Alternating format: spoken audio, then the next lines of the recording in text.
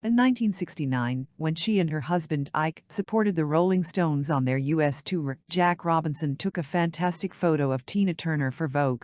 The contact sheets from the photo shoot indicate Robinson encouraged her to dance and sing in the studio just as she would on stage, and it appears to show Tina in full flight. Her face is in the bottom left corner of the photo, as if he had just barely managed to capture her in frame. Her eyes are raised to the ceiling, her face is twisted, and her hair is flying up. It's a great picture because Tina sounds just like she did in 1969. Listen to the songs by Ike and Tina Turner that were captured at Madison Square Garden that November, later released on a 40th anniversary edition of the acclaimed Rolling Stones live album, Get Yer Ye's Out. The pair perform cover versions of songs at a breathless pace, including Come Together, during which Tina discovers a sexy energy missing from the Beatles' original Proud Mary by Creedence Clearwater Revival, A Frantic Land of a Thousand Dances, and Proud Mary by Creedence Clearwater Revival. Her voice is incredibly powerful, elemental, and raw no matter what she is singing. The microphone sounds as if it can hardly contain her, like Robinson's lens. With the utmost respect for the Rolling Stones, you have to wonder how much nerve it took to perform after the Turners.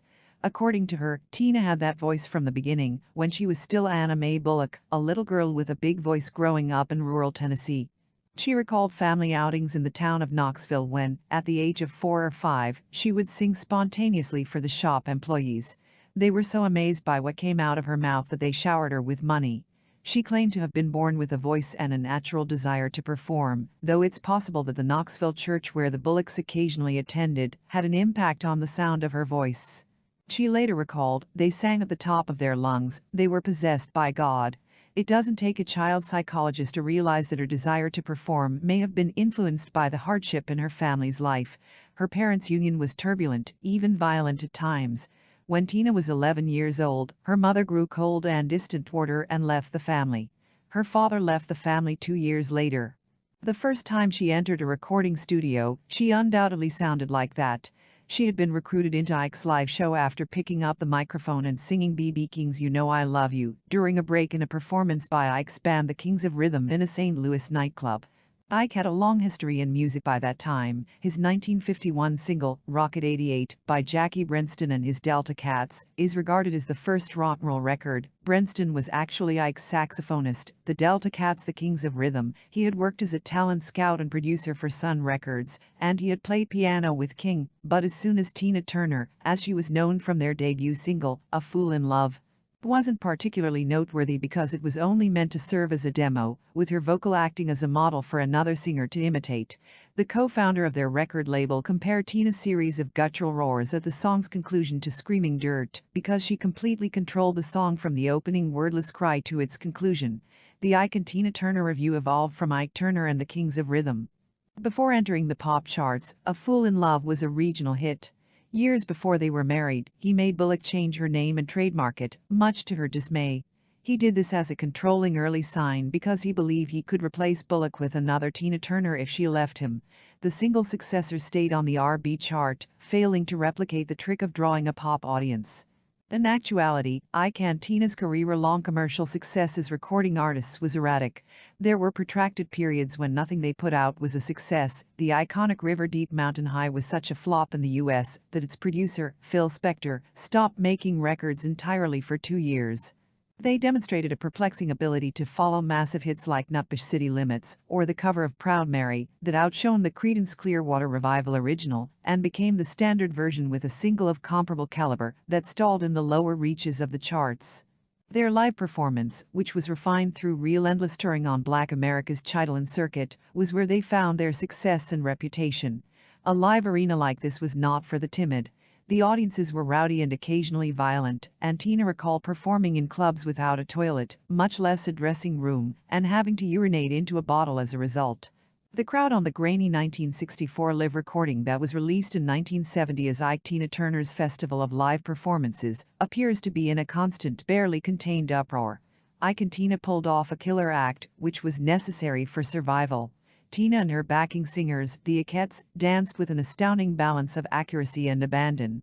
They also played their up-tempo songs quickly and stretched out the ballads into wrenching epics.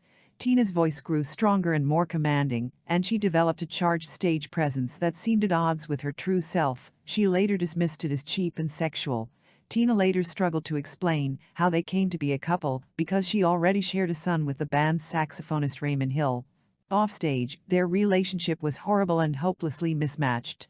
She became accustomed to performing with wounds due to the abuse Ike inflicted on her. As she put it, she relied on makeup, a big smile, and some flashy dance moves to distract the audience from my wounds. They almost never failed to deliver on stage. Their records reflected the same.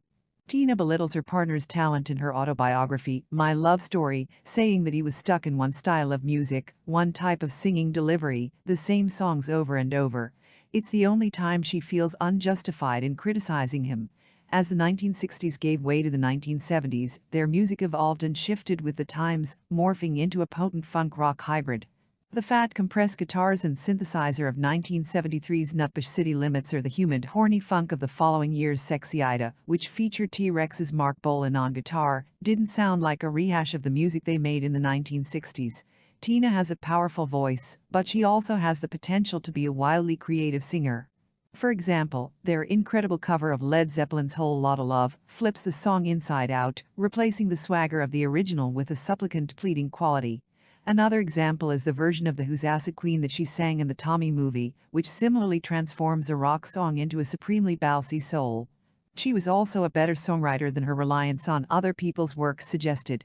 She wrote Sweet Rhode Island Red, a song that followed Nutbush City Limits in quality, and is a fantastic song by any standard. It implied that Tina's place in pop history would have been guaranteed, even if her musical career had ended when she finally left her husband in 1976, following yet another beating that left her covered in blood. That appeared likely for a while because her solo albums were duds, and she survived by participating in TV game shows. Her career had to wait for the unexpected intervention of British producers the British Electric Foundation, Martin Ware and Ian Craig Marsh, who would later found Heaven 17. She sang These Boots Are Made for Walking on the album Music of Quality and Distinction, with Gary Glitter, one of the Nolan sisters, and TV presenter Paula Yates.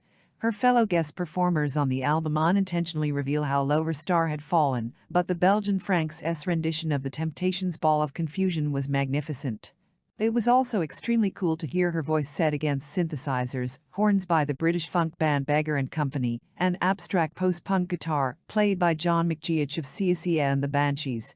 It resulted in a new record deal and the release of 1984's Private Dancer, an album that Ware helped produce in part, and that, despite not being as avant-garde as Ball of Confusion, found a perfect place for Turner and the 80s pop scene. Glossy produced and sonically positioned somewhere between rock, soul, and pop, it dealt in songs that played lightly on her personal history, always sung from the perspective of a survivor. The battered but hopeful strip club performer of Mark Knopfler's title track, the bitter expression of hard-won experience that is What's Love Got to Do with It, a song intended, amazingly, for Bucks Fizz that Turner made her own.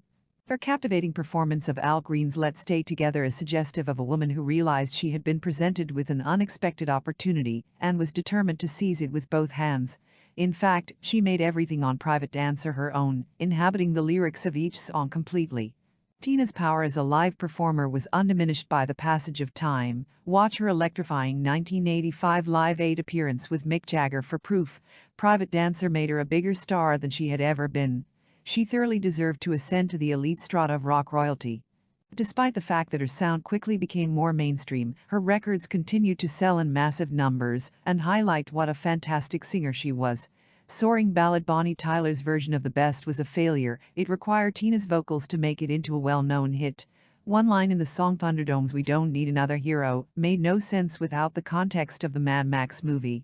No matter how polished and professional her albums got, there were always sporadic high points. Whichever You Want from 1996's Wildest Dreams is a case in point, and a constant sense that her voice came from a very different environment than the one she was now living in.